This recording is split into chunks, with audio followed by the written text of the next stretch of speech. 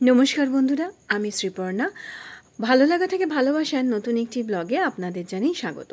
आशा करी आपनारा सकले खूब भालो आछेन। गरम तो कलकाताय बेश भालोई पड़े गेछे। आजकेर एई भिडियोटा किन्तु कोनो बेड़ाते जावार भिडियो नय। जैकेर मतन आपनादेर बाड़ीते जे समस्त बाच्चारा आछे तारा जाते भालो थाके आमी आजकेर भिडियोटा किन्तु सेई नियेई करछि। এই যে ভালো থাকার যে জিনিসটা আমি আপনাদের সাথে শেয়ার করতে যাচ্ছি সেটা কিন্তু কোথা থেকে শেখা নয়, নিজেদের বাস্তব অভিজ্ঞতা থেকেই আপনাদের সাথে শেয়ার করছি। আমরা সবাই জানি এদের লাইফ স্প্যান কতখানি, তাই সেই বলে নিজেদের মন খারাপ করার কিছু নেই। যাতে এরা সেই লাইফ স্প্যানটা খুব ভালোভাবে বাঁচতে পারে, খুব ভালোভাবে আমার আপনার সাথে সময় কাটাতে পারে, সেই জন্যই এই ভিডিওটা আমি বানিয়েছি। জ্যাকের জন্য যেমন জ্যাকের মতন আপনাদের ঘরে যাদের বাচ্চা রয়েছে তাদের জন্য কিছু কিছু ছোটোখাটো জিনিস যেটা আমি আপনাদের সাথে শেয়ার করতে চাই। যদি আপনারা ভালোভাবে এইভাবে জিনিসগুলো মেনটেন করেন দেখবেন আপনার বাচ্চা কিন্তু ভালো থাকবে, সুস্থ থাকবে। আমরা সবাই জানি এদের লাইফ স্প্যান 14-15 বছর অবধি, কিন্তু অ্যাকচুয়ালি কিন্তু তা নয়। 8 বছর অবধি এরা ঠিকঠাকভাবে স্মুথলি লাইফ রান করে, বাট তারপরে কিন্তু এদেরটা খুবই বাজে জিনিস হয়ে যায় যদি প্রথম থেকে এদেরকে ভালোভাবে যত্ন না নেওয়া হয়। ভালোভাবে যত্ন নেওয়ার মধ্যে যেগুলো হচ্ছে সব থেকে দরকার সেটা হচ্ছে প্রপার টাইমে ভ্যাকসিনেশন করানো, ডিওয়ার্মিং করানো, আর হচ্ছে 6 মাস ছাড়া একবার করে অন্তত ব্লাড টেস্ট করিয়ে নেওয়া, যাতে রক্তের মধ্যে কোনো রকম টিক্স আছে কিনা সেটা দেখা, লিভার কিডনির ফাংশন ঠিকঠাক আছে কিনা দেখা, ব্লাডে হিমোগ্লোবিন কাউন্ট, আপনার প্লেটলেট কাউন্টস ঠিক আছে কিনা সেগুলো দেখা। এগুলো যদি আপনি করতে পারেন রেগুলার মনিটরাইজিংয়ের জন্য, যদি মনিটরিং করতে পারেন তাহলে কিন্তু আপনার বাচ্চার জন্য কি দরকার আর কি দরকার নয় সেটা আপনি ভালোভাবে বুঝতে পারবেন।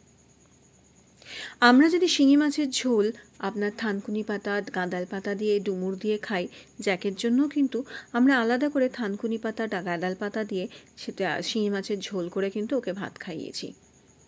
কুলেখাড়া পাতা আমরা সবাই জানি যে হিমোগ্লোবিনের জন্য ভীষণ দরকার আমাদের, ও কিন্তু একই কারণে কুলেখাড়া পাতার রস কিন্তু আমরা ওকেও খাইয়েছি। শুধু তাই নয়, আমরা যে অ্যাকোয়াগার্ডের জল খাই, অ্যাকোয়াগার্ডের জলে রান্না হয়, ও কিন্তু চিরকাল অ্যাকোয়াগার্ডের জলই খেয়েছে এবং ওর রান্নাও কিন্তু অ্যাকোয়াগার্ডের জলেই কিন্তু ওর রান্নাও হয় এবং ও অ্যাকোয়াগার্ডের জলই খায়। আমি বিভিন্ন রকমের সোশ্যাল মিডিয়াতে দেখেছি যে আপনার বাবা এই সমস্ত বাচ্চাদের ছাদেতে টাবের মধ্যে জল দেওয়া, তারপরে বালতি থেকে জল খাওয়া, ট্যাঙ্ক থেকে জল খাওয়ানো, এই সবগুলো প্লিজ করবেন না। কারণ আমরাও কিন্তু প্লেন এমনি কলের জল খেলে আমাদের পেটে কিন্তু প্রচণ্ড ব্যথা হয় এবং বিভিন্ন রকমের জার্মস কিন্তু এই জলের দ্বারাই আমাদের শরীরের মধ্যে আসে। তাই সেক্ষেত্রে এদেরও কিন্তু একই রকমের প্রবলেম হয়। টাইম টু টাইম একটু বলেই দিলাম যে ভ্যাকসিনেশন কিন্তু ভীষণ দরকার, ডিওয়ার্মিং কিন্তু ভীষণ দরকার, এগুলো কিন্তু ওদের জন্য একদম পারফেক্ট। তাছাড়া যদি ধরুন আপনার বাচ্চার ফিভার আছে কিনা, অ্যাবডোমেনটা যদি গরম থাকে তাহলে জানবেন আপনার বাচ্চার ফিভার আছে এবং দেরি না করে সঙ্গে সঙ্গে আপনার যে ডাক্তার আছেন তার সঙ্গে যোগাযোগ করে কি দরকার না দরকার সেটা একবার আপনি ঠিক করে নিন। আর বিভিন্ন হেভি ব্রিডের যে ডগ, যেমন ধরুন জার্মান শেফার্ড, ব্ল্যাব বা আপনার গোল্ডেন রিট্রিভার বা আপনার আপনার রটউইলার, এই সমস্ত যেগুলো হেভি ব্রিডের ডগ, এদের কিন্তু গরমে প্রচণ্ড কষ্ট হয়। তাই প্লিজ এদেরকে বাইরে ওভাবে বেঁধে রেখে দেবেন না, এরা আপনার সন্তান তুল্য। আমি আপনাদেরকে জ্ঞান দিচ্ছি না বা আপনাদের কিছু শেখানোর চেষ্টা করছি না, শুধু এইটুকু বলছি যে মানুষ হয়ে আমরা যেন আমাদের মনুষ্যত্বটা ভুলে না যাই।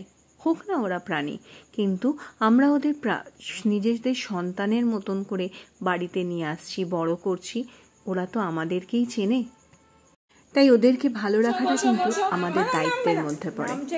ওরা কিন্তু জানেন তো খুব ডিপ্রেশনে চলে যায় আপনাকে দেখতে না পেলে, আপনার স্পর্শ না পেলে। আপনি যদি ওদেরকে অ্যাভয়েড করেন না, ওরা ভীষণ মনে মনে কষ্ট পায়। হ্যাঁ, হয়তো ভাবছেন আমি একটু বেশি কিছু বলছি, না, শুধুমাত্র ওদেরকে ভালো রাখার চেষ্টা করছি। আপনারাও দেখবেন যে বাড়িতে কিভাবে ওদেরকে ভালো রাখা যায়। ওরা কিন্তু আপনার অ্যাটেনশন, আপনার ভালোবাসাটাই ওদের জন্য ভীষণ দরকার।